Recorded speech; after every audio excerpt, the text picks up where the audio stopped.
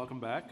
So I am, as Lena said, Sandeep Mahendra, head of the Research Access Collection Development section in Geography Map Division, and I'm here to introduce our second speaker. So from Karachi, Pakistan, of South Asian, Russian, French, and 16th century Goan Portuguese heritage, educated at Dartmouth and Columbia, Karen Pinto specializes in the history of Islamic cartography and its intersections between Ottoman, European, and other worldly cartographic traditions. She has spent 3 decades hunting down maps in Oriental manuscript collections around the world. She has a 3,000-strong image repository of Islamic maps, many that have never been published before. Her book, Medieval Islamic Maps, An Exploration, was published by the University of Chicago Press in November 2016 and won a 2017 Outstanding Academic Title Award from Choice. She also won an Ibn Khaldun Prize for her work on the Mediterranean in the Islamic cartographic imagination. She has received numerous grants for her work on Islamic maps, including an NEH, an SSHRC, a Giles Whiting, a J.B. Harley Fellowship, a Franklin Grant from the American Philosophical Association, and the inaugural Inclusivity and Diversity Award from the Medieval Academy of America.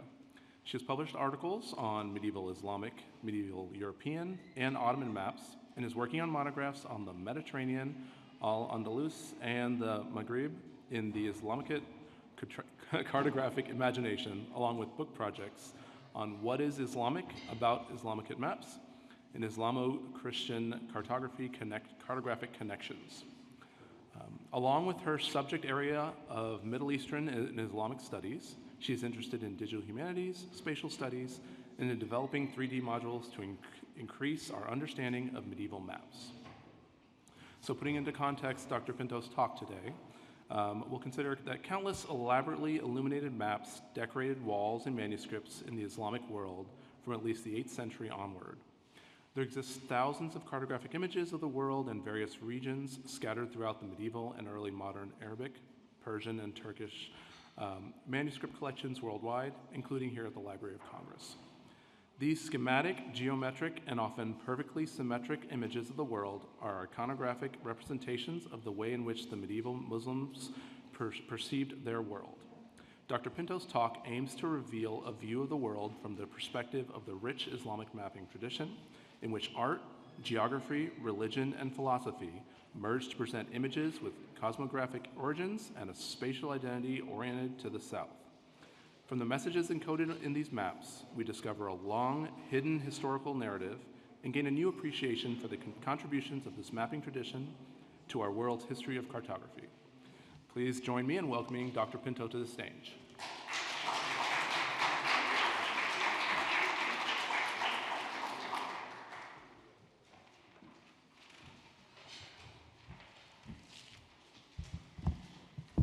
Thank you so very, very much. I'm actually starting my talk off with many, many thanks. The very first slide after the opening one, who I was advancing, will notify everybody here. Actually, I had to think about it. I realized after I received this wonderful invitation, and thank you so much. It's such an honor to come and speak at the Library of Congress, because I've been coming here for 40 years. This is my 4th decade. And in thinking about it, I realized that I first came to work at the library in 1984.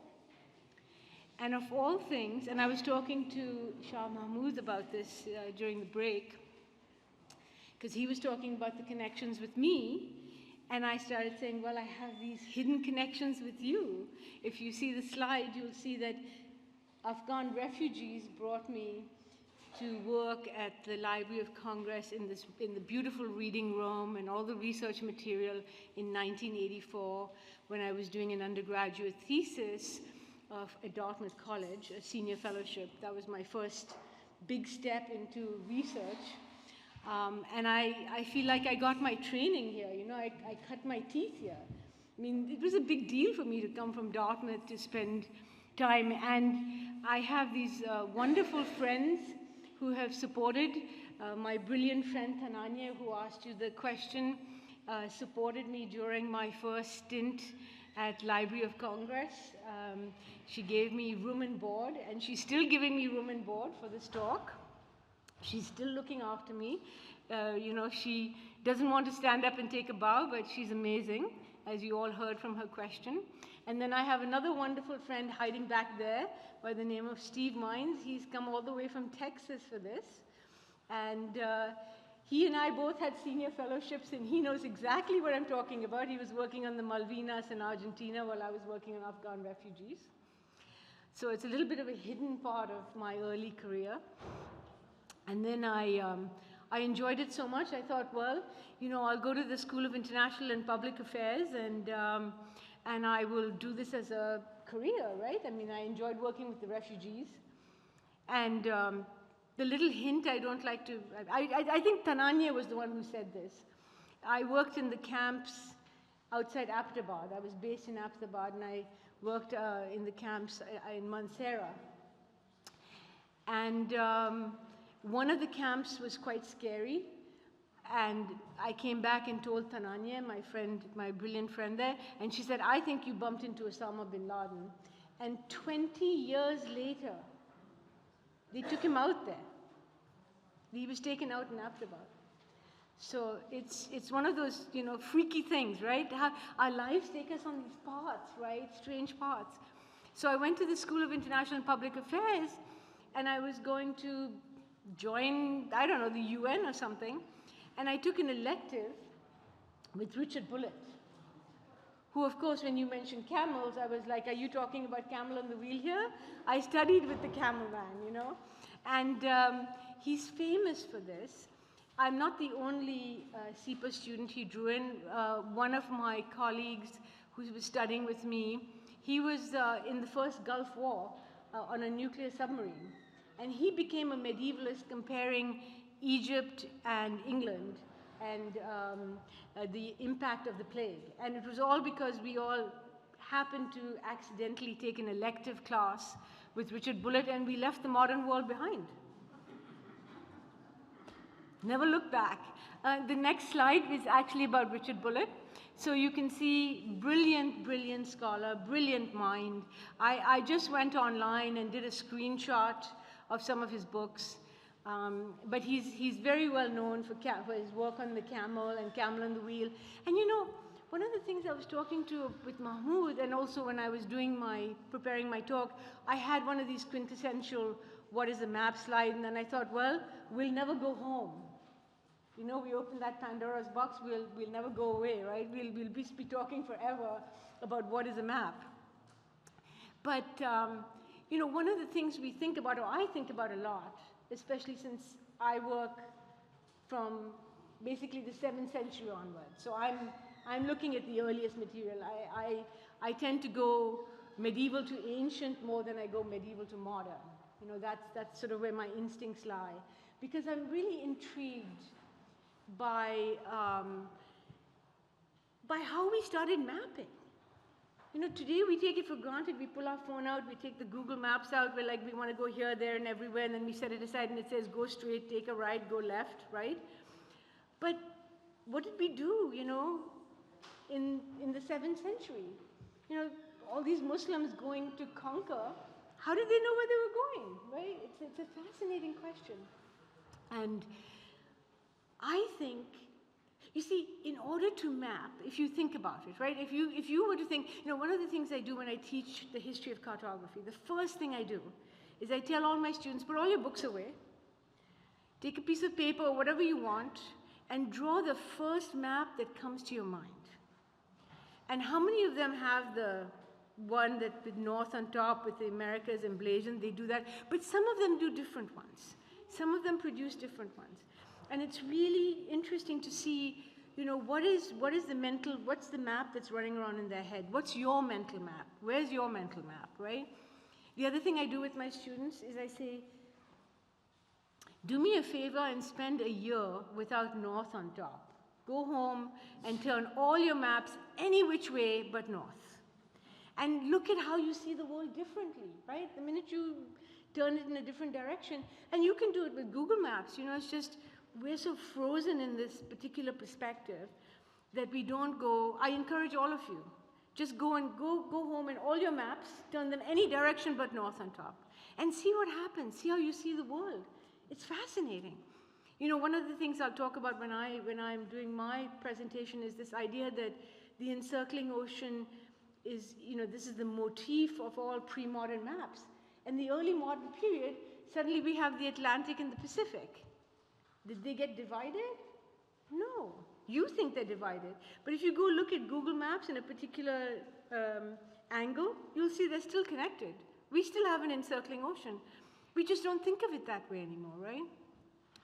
So anyway, I think of a lot of funky things with maps. And that's the beauty of being involved with maps. You're never bored. I've never thought of one day when I didn't know what I was going to do.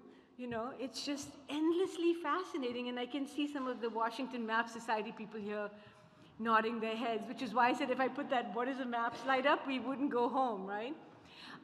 The next slide is about another. I was inspired by the Library of Congress invitation and the desire to sort of connect and thank. I was also inspired to say thanks to all these other people who have looked after me over these years. And one of them was Olivia Ramey Constable, who is another professor of mine. And she's the person through which I first stumbled on the map collection.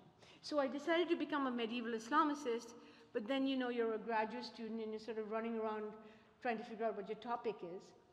And I actually, after that, got hired by departments to give lectures to the students about how to find a topic, because she sent me in the direction of the geography section of Butler Library, DS section, and I was pottering around there very late, of course, very dark, and something was sticking out of the bottom shelf and hit me on the leg. And that was, can we have the next slide? That was Conrad Miller's Mappe Arabique. So this is one of the earliest, biggest collections of Islamic maps. It goes back to 1918. I don't know if has anybody here seen Mappe Arabique? Have you ever looked at it? I pulled out the collection at Columbia and it all but went to dust in my hands. So we have manuscript copies. I work with manuscripts from the 10th, 11th centuries that are in better condition than that set. And that's because it was printed on overly acidic French paper at the turn of the century. If you can find an intact copy, that would be, in the end, Columbia was like, we'll scan this and then we're going to just give it to you and you take care of it. You know? So they bequeathed it to me. But I don't know if anybody's been to the stacks there or what the stacks are like here, but they have these little timer things and you sit there and they go off. So you have to stick the paper in it and, you know, hope that it'll stick so that you can keep looking. And I spent hours and hours and hours that first night looking at these thinking, what are these, right? Strange lines and circles and a few ornamental creatures and, you know, and then you start reading and you start saying, oh, those are place names of places I recognize. Oh, so that's the Persian Gulf? Really? And that's North Africa and Spain? And, you know, it just kind of builds on you. And I became completely, that was it, that one night in my life, you know, turned me around and I haven't looked back for 30 years. And I have the biggest collection, I think, of Islamic maps in the world. I've been to libraries around the world. I believe that's the next slide. Oh, actually, what I did for Ramey was I worked on the Mediterranean maps. So this is my thesis, which I was working on before the History of Cartography set came out. So I got to do some reviewing of them. And that's when I first started thinking about some of the ways in which to look at these maps. So that's why ways of seeing was my topic that I wanted to use here, because I really think it's all about ways of seeing these maps. That's the crux of the matter. You know, and the beauty is there's never one way, right? It's this multitude of ways, and it's so exciting to be able to find another path, right? Or to be able to encourage someone else to find another path. There's just so much material. I've collected thousands of maps, thousands. And at one point, my advisor, Richard Bullitt, said to me, you know, you hit the jackpot, right? But when you hit the jackpot, it's also overwhelming. I have multiple lifetimes of work, and I know that I can't live that long. So, you know, that's my constant battle, and I'm hoping people here will take an interest, will get in touch with me, you know. I'm always looking for people to join in. So in my first foray, that's why I put the table of contents out there, I started thinking about the traditional geographic discourse, because the Muslims have their geographers who write these volumes on geography. And then the specific views that they're representing in the writing, and then how does that view differ when we get to the maps? Because it's vastly different. That's the beauty. That's what's so interesting, is that the maps are drawn from a different trajectory, from a different perspective. And people are engaging in very various different ways. So it's not like they're just mimicking the geographers. It's fascinating. And I started thinking about, you know, what if we start looking at, so one of the things that's very interesting, and you'll see there's a little flyer going around there, and you will see that that's my follow-on work from this. It's the latest iteration. I'm working on my second book is on the Mediterranean.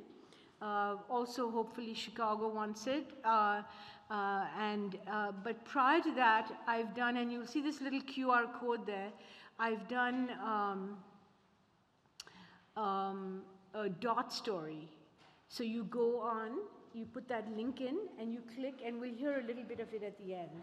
So you can start to see the ways in which this map opens up. So, you know, why are the sides even? Why are both sides of the Mediterranean exact copies of each other, etc.? How do we deal with, you know, decoration? What do we do about color, right? Because Miller, his maps are all black and white. So when I went to the manuscript libraries to look at them, I realized they're all in beautiful, resplendent color. How do we interpret color? And if you look at my academia site, if you're interested in my articles, that's one of the things I do. I explore different ways of looking at the maps, different routes. So color is one of them, symbols is another, right? The thing that I think all map people love universally, and I'm kind of looking at the map group out in front of me, is identifying places, right? And figuring out what place is where. And these maps, a number of the places have disappeared. So I've actually gone to ground. I've actually gone to ground looking for places because they're not in the documents, they're not in the manuscripts, they've been forgotten. And the only way to find it is to go on site. So I've been on site in Syria and in Turkey, hunting places on the Mediterranean map. That's how obsessed we map people get, you know. And so after finishing that thesis, one of the things I did was I said, okay, it's time to go find the maps. And I won a major prize for my thesis, and my advisor said, looks like people are interested in this, so maybe they'll fund you. And I got the funding, and I went to Topkapi Saray. I spent a couple of years in Turkey, in Istanbul primarily, at Topkapi Saray and Süleymaniye. The way the manuscript hoarding business works is, it's manuscript hoarding, is the last major empire acquires the loot. Because what do they do when they win? They're like, could we have your best manuscripts, right? Mehmet II, when he took Constantinople, he was like, okay, guys, now come on, you know. And he acquired a lot of terrific manuscripts. So to this day, the best collection of Arabic manuscripts and Persian manuscripts is in Turkey, where, irony of ironies, they don't use the Arabic script anymore, so most of them don't read. And I don't know if you curators want to hear this. While going on the ground looking for places on the map, I ended up in places like Tarsus, where they have a lot of the old stelae and tombstones. And they're fascinating material, by the way. Anybody working in Arabic calligraphy, please go to Tarsus. The tombstones are upside down because they don't know which is the right way up. They're like, when I started telling them, listen, why don't you turn these over? You got them the wrong way up. They said, would you like to stay here and work with us on them? And I said, well, I'm a map person, that's my thing, right? So I'm not going to sit here and work with all your stones, but you need someone. The other funny story, I tell too many funny stories about Turkey, but I went to the museum in Tarsus and I was trying to find, because I'm very interested in that frontier between Byzantium and the Islamic world. It was one of the longest lasting frontiers. 7 centuries, the Muslims and Byzantines were added over that frontier. So I'm very interested in that frontier, and I went to investigate it because it's on the map, and I wanted to understand the depiction on the map on the ground. I wanted to understand the relationship. So I went to Tarsus, and I went to Al-Masisa, which is, most people have never even heard about, and then I went to Adana. Most of you have heard of Adana. Adana was actually a minor place in the larger scheme of the Thugur of the period, but they have the museums now, and they have the tombstones, and I went to the desk to ask for memorabilia and Islamic material, and they didn't know where it was. So please go. There's tons of material. So I got to go to Topkapi Saray and Süleymaniye, and I got to spend months there, and I was given photographic permission, which is why I ended up with all these slides. And actually, if you just go back to that previous slide just once more, I also have, and I don't know if there's anybody in here who takes an interest in swords, but I think I may be the only person in the world who has been into the sacred sword collection at Topkapi Saray. I've analyzed all the swords, yes, including some of the very famous ones. I have rubbings, I have all sorts of things, but I work on maps. So if there's anybody interested in swords, I have a huge collection of information on the swords that nobody knows about. Because that's the serendipity of research, right? You should always, if you're a student or a budding student, be ready for the serendipity of research. That's the best part of our lives. Okay, next. So this gives you a little bit of a sense. This is my Lightroom catalog. It's quite a few years ago. I should update the picture, but I have hundreds and thousands of images.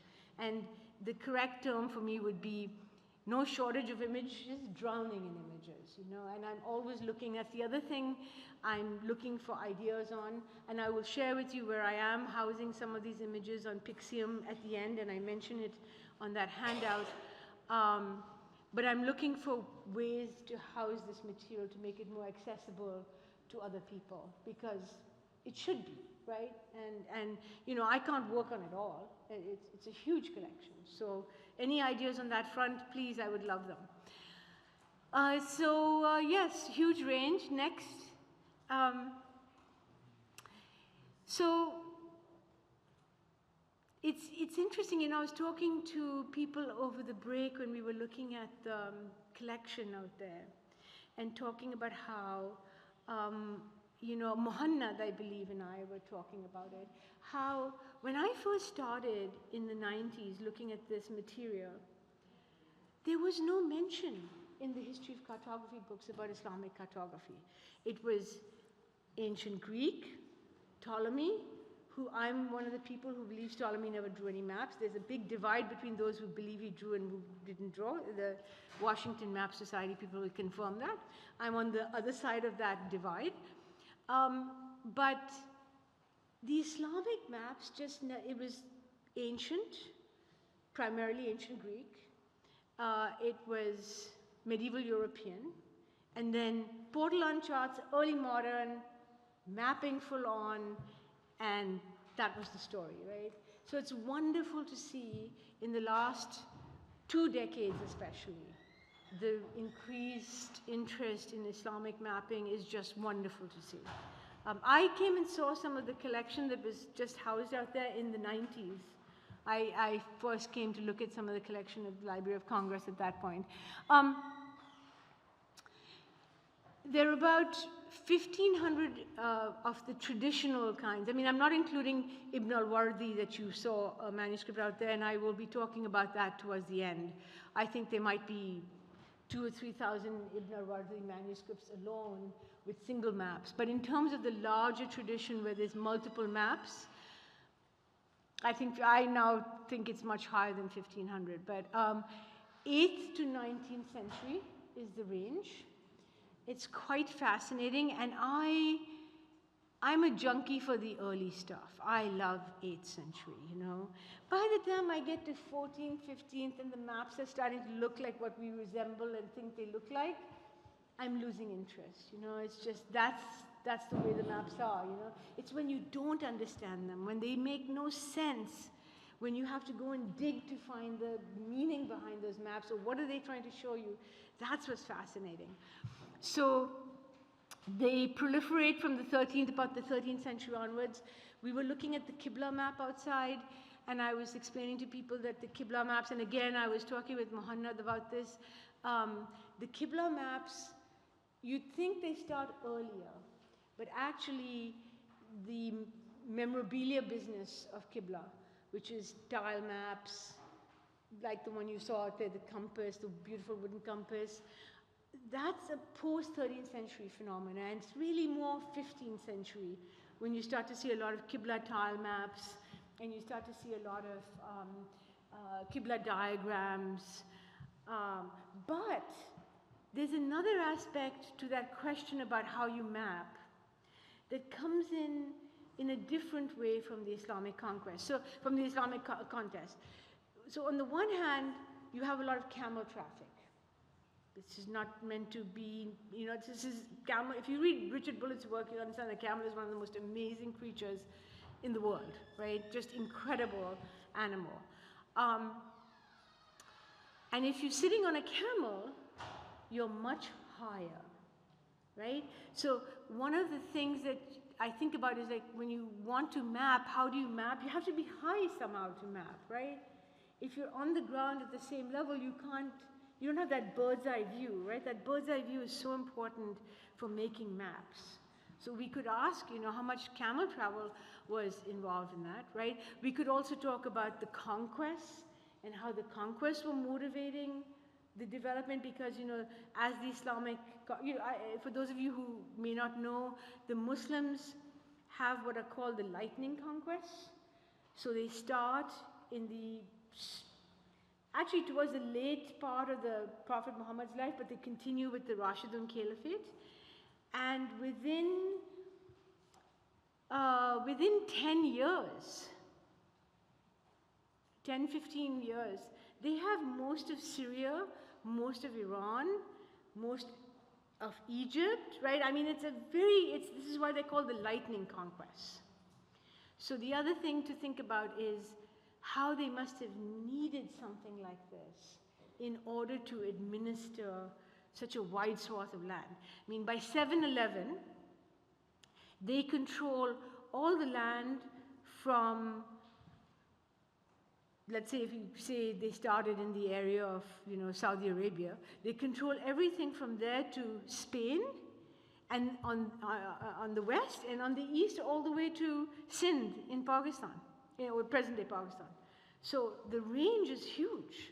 How do you administer a range like that, right? How do you actually figure out what you're doing? And I think you figure out what you're doing by these kind of maps, these basic route maps, right, that make it possible to use mapping for administration. So copies are made in Iran, Iraq, Syria, Egypt, North Africa, Anatolia, and India. And I'm going to have a whole series of slides to explain to you how this works, So I'll be opening those soon. Most of them, though, until recently, and this is why I'm so happy to see this event and to be here were ignored because of lack of mimetic accuracy. You know how we kind of celebrate maps the more mimetic they are? Well, in the Islamic context, at least in the early context, it's the opposite of, right? And I've got some funky maps in here. I'm going to share with you in a couple of slides the map of the New York subway, and I'm going to ask you, you know, what's the connection there, you know? Because the New York subway maps, of all things, become less mimetic over time as people prioritize the need to get from A to B as opposed to exactitude. Because, as we all know, you cannot have a precise exact map, right? You can't have this world on a 2D surface precise and exact. And actually, what's really interesting in the Islamic context is you have the Islamic scientists debating whether they can draw a map, and they say, no, you can't. Ahmed Dalal, who is now actually, he was finished up at Columbia, then he went on to become provost at AUB, and now he's president at AUC, so I don't know how much scholarship he does, but he's got some very interesting books. And one of the interesting books he's got is this dialogue that takes place with the scientists, and they say, there's no point drawing maps, because you cannot make an exact map. So they already know this. They're already well aware of this. By the 8th, 9th century, they're having discussions on the pointlessness of mimetic maps. And then the Europeans are making more and more mimetic maps. So is it a question of scientific misknowledge, right? Misunderstanding that makes it possible to have more and more detailed maps? It's just a flipped way of thinking about it. It's just, you know, fascinating, I think. So there's schematic, geometric, symmetric, iconic ideographs, right? Visual representation of medieval Muslim perceptions of the world with major and minor variations. Okay, next. The next slide, please. So the bulk of them come from a tradition called the Islamic Atlas. Now this is very interesting too, right? This idea of we think of the earliest atlases as sort of European creations, but Muhannad and I were talking about the encyclopedia being credited to Diderot, but I really think we should credit Ibn al-Wardi. I think we need to credit these guys for creating the earliest atlas. It's 21 maps in a manuscript. You go from the world to the Arabian Peninsula, to the Persian Gulf, the Maghreb and Andalus, Egypt, Syria, the Mediterranean, Iraq, and a huge number of Iranian provinces, Sindh and Central Asia, Transoxiana. So we need to start embracing this as the earliest extant atlas. That's what they were doing. Now, why were they doing it? How were they doing it? You know, how were they getting the views? They seem to be related, and it's something I look at in my book, and my book is available, and I think I have a copy with my brother. Oh, no, I have a copy here that can be available for circulation if anybody's interested. But I talk about the connections with ancient mapping and how the Muslims are basically taking and then regenerating. So there's this really famous historian of cartography, Christian Jacob. I have not heard from him of late. I think he's emeritus now and retired. I don't know where he is. But he had some, in the early days, in the 90s, when I was first starting to think about this material, he had some amazing things he used to say. So one of the things he said was, if you take a drop of Chinese mapping and a pre-modern Chinese mapping, pre-modern European mapping, pre-modern African mapping, you take them and you add them together, what do you get? And I said, you get Islamic mapping. You know, because the thing about the Muslim world, which is so interesting and is represented here, and I can point it out, I suppose I should have a pointer, but this is the head of the Arabian Peninsula at the center of the maps. So they're at the cross center. They're at the cross center of the world. And even now, when you think about the world, if you just think about the map, the Arabian Peninsula is right there, right? Connecting Africa with Asia, with Europe. So you've got this incredible connectivity. And I think all those drops make Islamic mapping. Because I look at Chinese connections in Islamic maps, I look at European connections with Islamic maps, I look at ancient Greek connections with Islamic maps. They're all there to be found if you want to look for them. So you can look at the book, and if you want, I have a copy that's circulating, and there's one outside as well. Next, thank you. So the big question you're all probably wanting to know is, how is this a map? Right? What kind of map of the world is this? And so the first thing I have to say is, it's before the official discovery of the Americas. So please leave the Americas off the map. And the first thing I tell my students is, cut the Americas off, and everybody has it. Blue equals sea, so very simple association. White equals landmass. Encircling ocean, as I said, which we still have, but we've forgotten that we still have because we've broken it up into the Atlantic and Pacific for conquest reasons. And then this idea that what if you start looking at the world with any other direction on top, and in particular with the Muslims with south on top? They're privileging Africa, right? They're looking towards Africa. They're not privileging Europe. So south on top, so you have the big hook like that, which is Africa, and then you have the head in the middle, and then you have the body around, and then you have that little triangle there, and that little maroon triangle is Europe. So Europe is really not very high on their agenda, right? Next slide, please. So turn your maps upside down and cut off the Americas, right? Okay, and then next. And then you put them together and you start to see, right? You start to kind of see those connections there. You've got Africa, but you've got Australia over there. So, and then you sort of see the hump around the Indian subcontinent a little bit, right? And then in that perspective, Europe looks kind of tiny. So they kind of got the relationship correct. It's pretty amazing, right? And then if you get really lucky and you're a graduate student who's twisting things away and turning and et cetera and trying to think how things go, you end up, very lucky, with the next image, which you are unfortunately never able to replicate again. So I haven't been able to print this because it's not high-res enough. But that very same image that I showed you, I was twisting and turning it with the skew program, an art program. And if you see what happens when Africa joins up, when you squish it and skew it like that, joins up with Australia, you get an overextended Africa, right?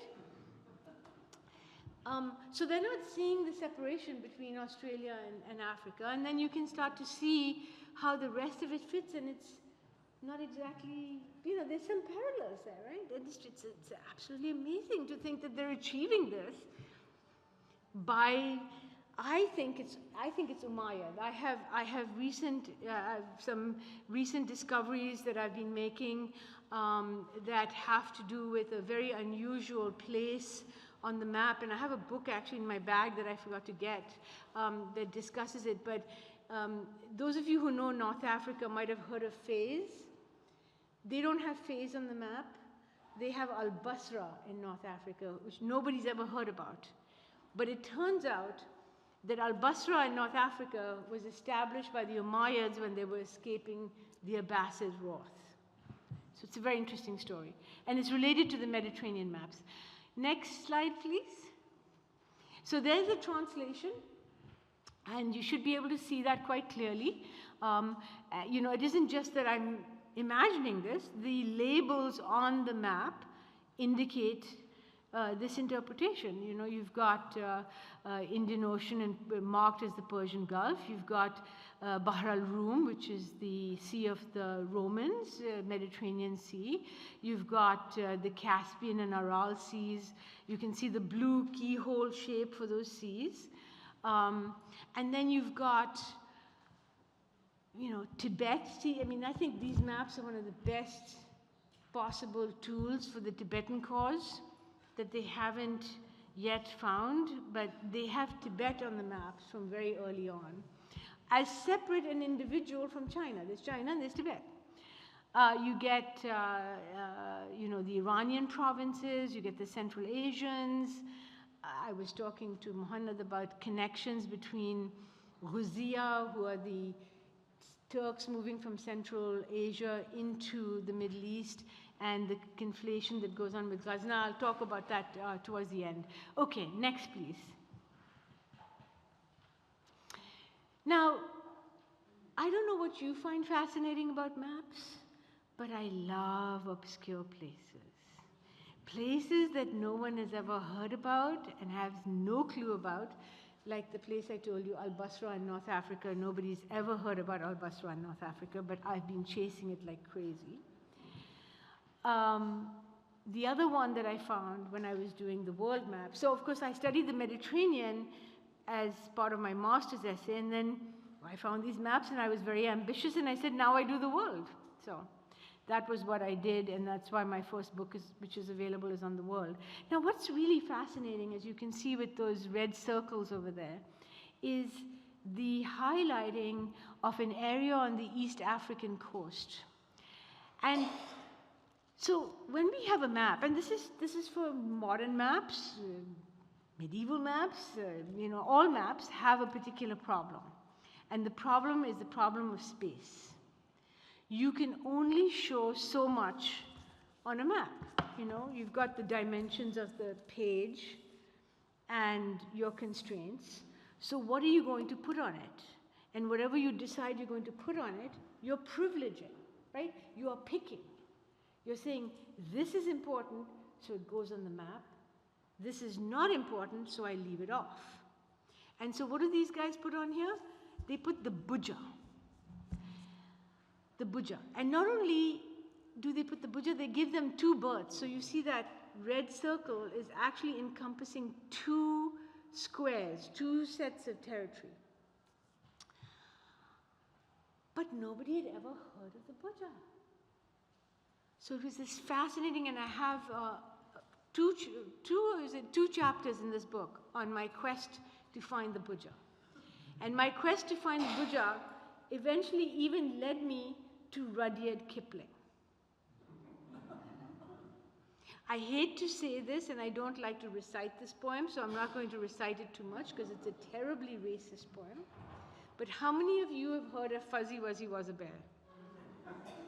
Hands up, how many? Oh, I see your hand up there. Did you know he's referring to the buja? No.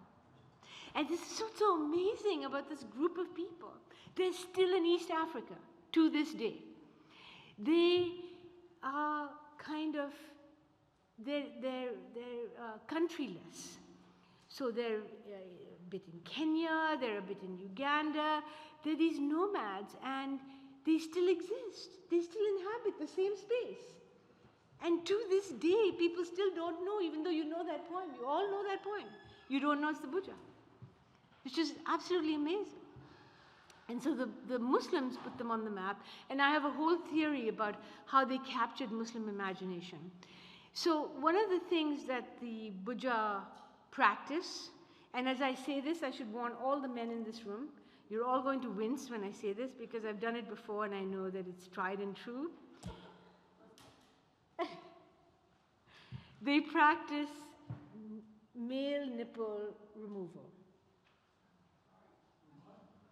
Check out all the guys here now at that, right? So I don't know if it was that or it was because of trading, their location along the Red Sea.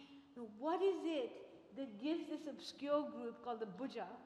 When I started looking for them, I couldn't find anyone who had ever even heard of them. It was just such a dig. And then I found so much stuff on them, and they've just been forgotten, and yet here they are, double birth. Anyway, I should carry on. I need a watch if anybody has one to share. Oh my gosh, I'm really behind. Please, let's go. Oh dear, I have tons. Okay, another way to do this is to look at identifying clusters. So one of the things that Miller did was he dated all the maps with the original date of the authors, and so he was absolutely, totally, and completely wrong. And you must never, ever trust the dates that Miller gives, because he doesn't give the right dates. And I found this cluster that was ordered by Mehmet the Conqueror in Constantinople, and it's fascinating. Next, I got to get through some more of this, sorry. Next, another very interesting thing that happens is the earliest extent is 1086, and it's super mimetic. And the one in the 19th century, which is Mughal Indian, we were talking about that, I was talking about that with the curators, is very stylized, right? So they go from really detailed to much more stylized. Next, just like the New York subway map. The 1939 map versus the 2012 map, right? The 1939 on the left, the 2012 on the right. You know, who needs mimesis? Mimesis is distracting and doesn't help and is not always correct, especially in climate change when most of these islands are disappearing these days. Next. So I'm going to race through a few of these. You can see ancient roots with the Babylonian clay tablet and with, you know, the Hindu mandala that they do. There's just so many connections to be made. Next. You can see the world as a bird. Do you see the world as a bird? Do you see the head there? And the top wing, and the body, and the tail. And this is a Neoplatonic reading of the world map. Next, please. Where you find Ibn Sina has this amazing ode on the bird. There descended upon you from that lofty realm a dove glorious and inaccessible, concealed from the eye of every seeker, although openly disclosed and unveiled. Reluctantly she came to you, and reluctant in her affliction will she depart. And she resisted, and then, you know, this connection between the C of her center with the W of her weightiness, and the connection between the sky and the earth, and how she is dragged down to the earth, and the earth has all this corruption. It's really Neoplatonic philosophy, and how you can connect Neoplatonic philosophy with maps. Next, please. All in my book, you can look at celestial spheres. Next, please. You can look at Ibn al-Wardi. Now, this is something I really wanted to get to because I put it in for this talk. And you may notice that the top one on the left is on display outside, so please go take a look at it. But what happens by the 15th, 16th century is this motif of this particular kind of earth starts to get into these tiny little books. They're small, they're pocket-sized. And I was talking to Muhannad here. I think these are the earliest examples of an encyclopedia, because it's all about the world and then other topics, you know, and it's like the earliest example. Now, the other, can I have the next slide, please? So you can see, for instance, the Jabal Nar. I can't go away, but you can see me pointing to Jabal Nar there. The Jabal Nar means mountain of fire. So what could be a mountain of fire? Could it be a volcano? Could we be looking at one of the earliest markings on a world map of Krakatoa, because this is on the east, in the Chinese, you know, in the East Asian realm. The other thing on the top is the mountains that ring, and if you go and look at the copy outside, the same thing, the green mountains that ring the earth. This is an addition, and it's called Jabal al-Khaf. And there's a lot of mythical literature about Jabal al-Khaf, and how they encircle the earth. And maybe this could be an early representation of the Americas. Can I get the next one? Oh, actually, can you go back 1 minute? I can't do this here because I can't go there, but I wanted to say that in the lower left, if you can read the text here, this is owned by a member of my map society in the Rocky Mountains, Wes Brown. This is his copy. He's probably watching today. I told him I'm going to talk about his copy. you know, it's really interesting to see how many of these Ibn al-Wardi copies are owned. But Ghazna is marked on this map if you've seen it. Can you see down there in the lower left? And it's a replacement for Ghuzia. This is the conversation I was having with Muhammad in the, yeah, right there. Thank you for pointing it, because I can't leave the microphone to point it out. But thank you for pointing it out. So it's fascinating. Next, we're very close to the end. This is a version of it in a huge scroll made for Sultan Suleiman. And I think it might have influenced the maps that end up in the Ibn al-Wardi manuscripts, which is the one that LOC has. One more, can we go for one more before we go? I know I'm out of time. And if you just keep going on, this is for you geography folk here who like georeferencing. I've worked with Kathleen Baker out in Western Michigan, who decided she loved these maps, and she tried to do some professional georeferencing for me. And okay, just one more if we can, just one more. And her students, isn't this wonderful? Her students did this. This was inspired by students in her class who started thinking, if you look at the results, how can you lay these maps out, amimetic as they may be, onto modern maps, right? And you know, if you want to do the next student, there's another student. I mean, they got inspired by this, and I was so impressed with this. I just loved it. You know, when you can get students so engaged with the material. And then if you just go to the very end, the very last one, the Qibla maps, I've identified, sorry, 1 second. This is, I think, the earliest depiction of the moon. And again, Kathleen Baker helped me with georeferencing. And then I've done work here. You can go to the digital mapper. I've done work on looking at connections between medieval European, and it's all online. You can see it's all interactive. And this is the dot story on your handout there. You can go and listen to me wax eloquent about Mediterranean maps. Thank you.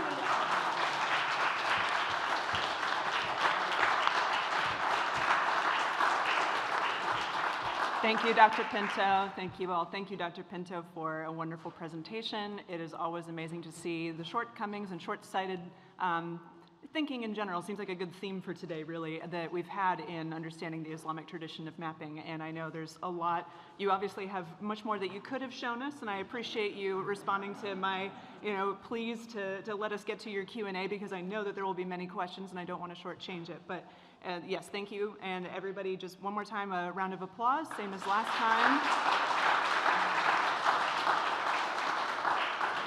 Same as before, microphones are coming around. Again, please wait until a microphone gets to you so that we can make sure that there is, that our friends who are joining us online can hear. And we will also have some questions from Zoom interspersed as well to make sure that people online get their questions answered as well as much as possible.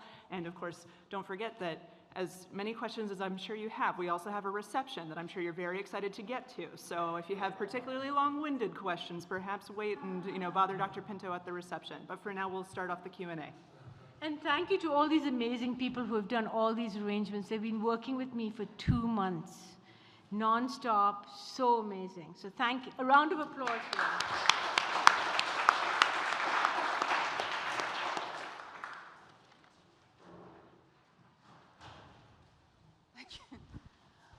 Thank you so very much. This is amazing stuff, and I hope you find a way to put your collection online for other people to work on. And a brilliant talk. Thank you so much. I have some weird questions, and has to do with my own interests. And so maybe I'll just ask: are there texts in Arabic about triangulation? I'm really interested in the start of triangulation because it first appears described in a European text in Peter Apian's cosmography by this Frisian, Gemma Frisius. And a lot of people think that he didn't make it up himself, but somehow he got it, and people have speculated on getting it from an Italian source, but every time I hear someone says Italian, I think they must have gotten it from the Muslims. So I'm just wondering, do you have, do you know, yeah, sort of I'm pretty sure the, Arabs would have known it before. Absolutely. Yeah, absolutely. Okay. And there's tons of good work on it. George Saliba would be somebody to check out. Ahmad Dalal, as I mentioned, has done a lot of work on the Islamic scientists. David King, I mean, as I said, you know, I didn't do it all. And so thank you for understanding. There's just so much more. David King has done amazing work on Qibla charting and Qibla diagrams, including with, you know, very detailed technical, scientific measurements, etc. Because one of the things, and again, Mohanad and I have been having some wonderful chats about this. You know, when I said to you, how do you map? If I were to ask you, if you make a map or tell me a map that comes to your mind, how will you tell me? I'm going to guess the majority of you are going to say, go straight, you know, just like the GPS, go straight, take a right, take a left, right? Our GPS still says the same thing. The majority of Muslims are looking,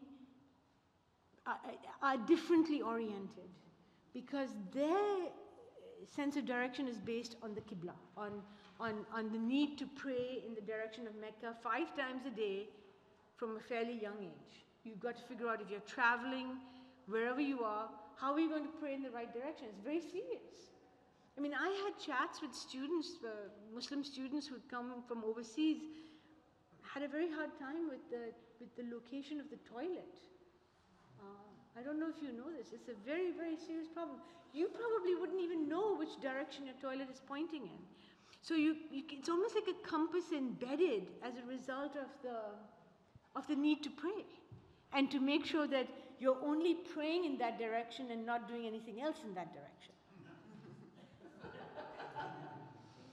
It's a sacred direction.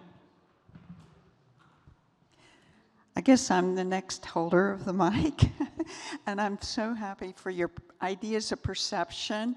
One of my favorite things to do when I travel is to look at the maps of the country or something and notice that theirs is the center of their world, and I think it helps us understand perceptions.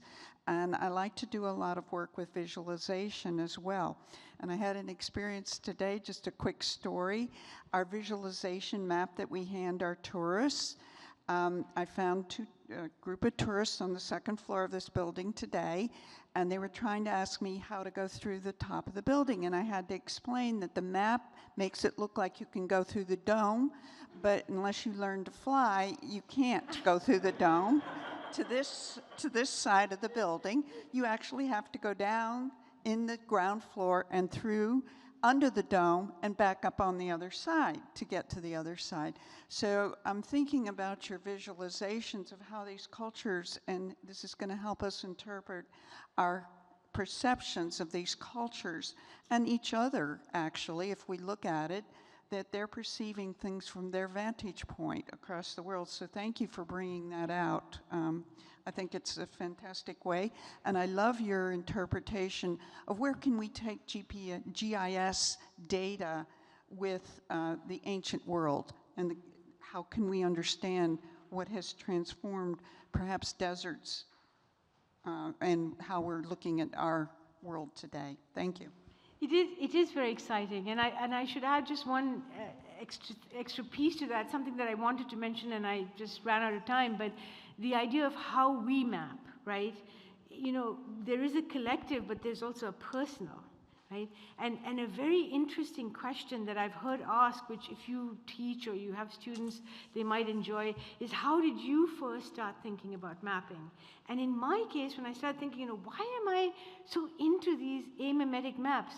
Well, my amazing brother behind us has come all the way from Canada. He has been by my side since a very young age, because I was in hospital with a strange kidney disease from age 3. And can you hold up that box that you brought with you? And he's been, well, you've got a map in there. Is there a map in there? There's a map inside. You turn the map side around. So it comes, a lot of these board games, he used to play board games with me when I was really young in hospital. And a lot of these board games come with these funky maps. And they're not quite mimetic, right? They're usually a little bit on the conceptual side. So, so my amazing brother, who has been looking after me since I was a wee little kid, is the reason I think I got inspired to study maps, because of board games. So I'm really grateful. Thank you.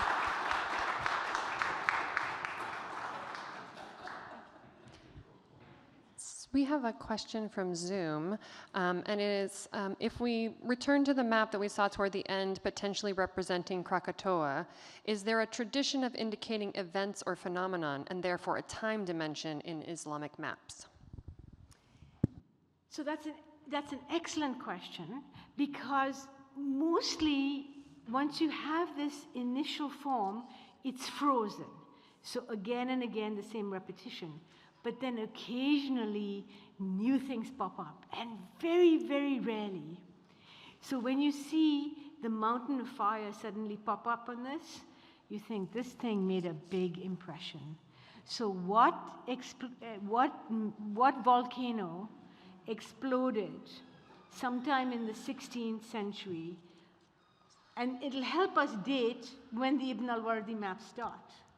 Because which volcano made it onto that? It's a volcano. And it was so exceptional that they added it and broke with the convention of the classical map. And it's an exceptional thing. Otherwise, they're frozen in time. They don't change. But occasionally, you see these sudden bursts of change, like the Green Mountains that suddenly appear. That's an early modern phenomenon. That's when you're first starting to hear about the Americas. And they're trying to figure out where it is.